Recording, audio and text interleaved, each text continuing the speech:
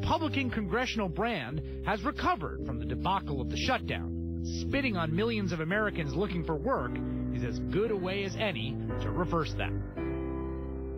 Joining me now, Mattie Duppler, Director of Budget and Regulatory Policy for Americans for Tax Reform. So, Mattie, I am really intrigued by the fact that Republican politicians seem to have the position they don't want to do this. They do not want to extend emergency unemployment benefits to the long-term unemployed, but aren't making the case. What gives? Where are they on this?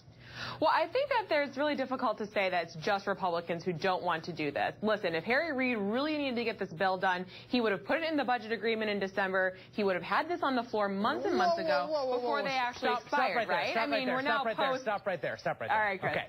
That is not the tack I thought you would take here, but I do give you points for ingenuity and innovation. So am I to believe that actually it's the Democrats who don't want to extend unemployment insurance because the condition, all the reporting about the Ryan Murray budget deal was Democrats were pushing to include that extension in there, and for Republicans that was make or break, and at the end of the day they decided to leave it out and continue it for now. So if we held a vote right now between Democrats and Republicans, is it not the case that all Democrats would vote for this extension?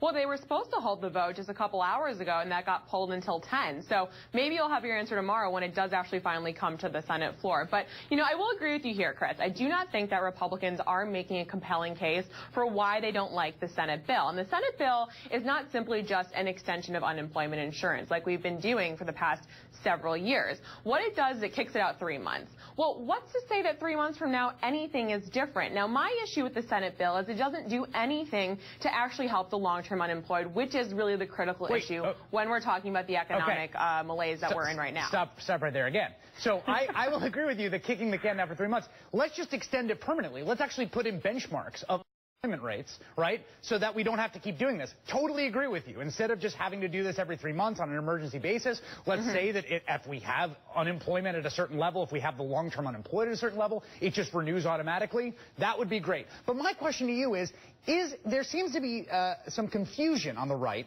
about whether they are ideologically opposed to the very idea of long-term unemployment insurance, emergency unemployment insurance during a weak labor market, or they simply want to pay for it. And that's what's so confusing to me. What is the argument against it?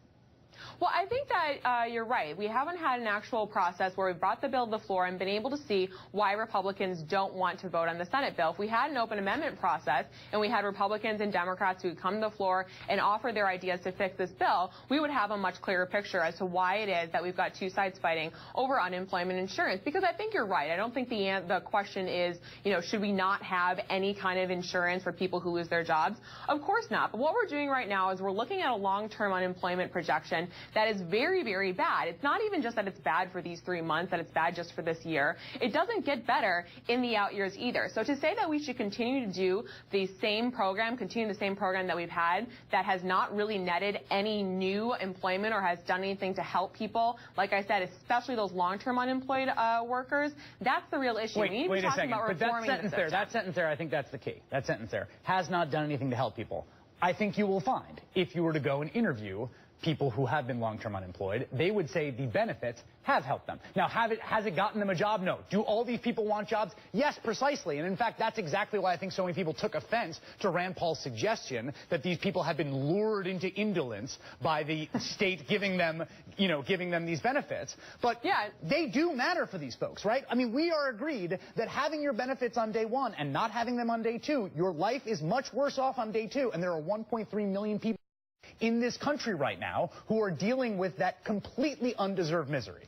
No, and I agree with you, but I think that to say that continuing to write them a check is the right prescription for that problem is wrong. I think that there's a lot of really great ideas out there as to how to address this issue. The American Enterprise Institute has done fabulous work on this, on some ways to look at the system and continue to have a safety net that actually encourages and incents workers and allows people to search for a job and rewards them for doing so. Here's what I agree with you.